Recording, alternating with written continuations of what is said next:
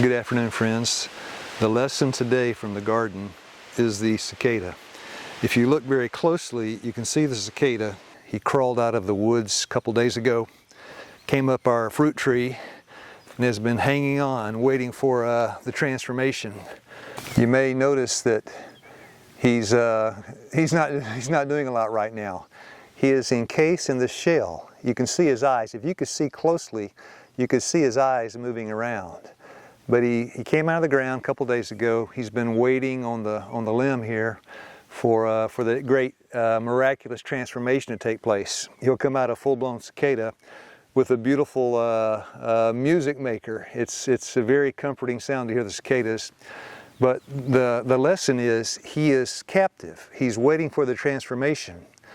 And that's coming soon. I guess we're waiting for the same thing. We're waiting to be changed, to be transformed. Now, Romans 12:2 in the Bible, it's a nice verse. It says, "Be not conformed to this world." You know, to be conformed to a chair, you sit down like this. To be conformed to the bed, you lay like this.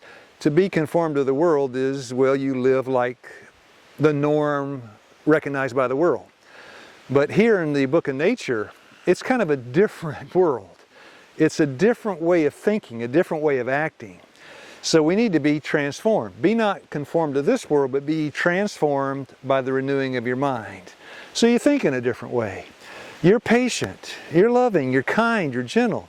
I need that change, don't you? And in the garden you can see God is able to change in a miraculous way the outside of His little creatures. Well, He can change the inside. The lesson teaches me He has a plan not just to reconstruct the outside. 1 Corinthians 15, this mortal must put on immortality. But He has a plan to change the inside, to renew the heart. And this is the lesson for today.